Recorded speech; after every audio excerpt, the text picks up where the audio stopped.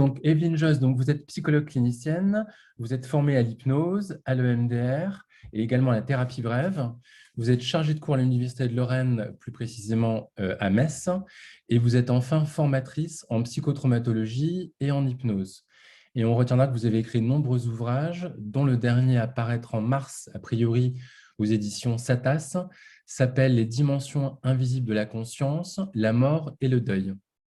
Alors, c'est vous qui interviendrez en premier lors du colloque sur le deuil, le trauma, la dissociation à Saint-Malo en mars, avec une intervention qui s'appellera « Quand le deuil commence avant la mort ». Est-ce que vous pouvez nous dire déjà quelques mots de cette intervention que vous partagerez avec nous dans 4 mois? On dit souvent que le deuil commence à l'annonce d'un décès. Or, il y a de nombreux cas où en fait le deuil commence déjà avant le décès. C'est le cas par exemple avec les personnes qui sont atteintes d'Alzheimer, les gens qui sont très âgés, avec les gens qui sont malades et qui sont atteints d'une maladie mortelle. C'est vrai aussi des gens qui sont dans un état végétatif, par exemple après un accident.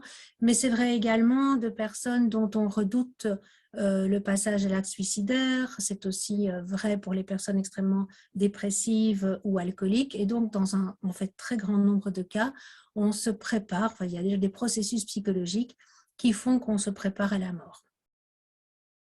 Très bien, parfait. Bien. Eh bien, écoutez, on a hâte d'en savoir un petit peu plus.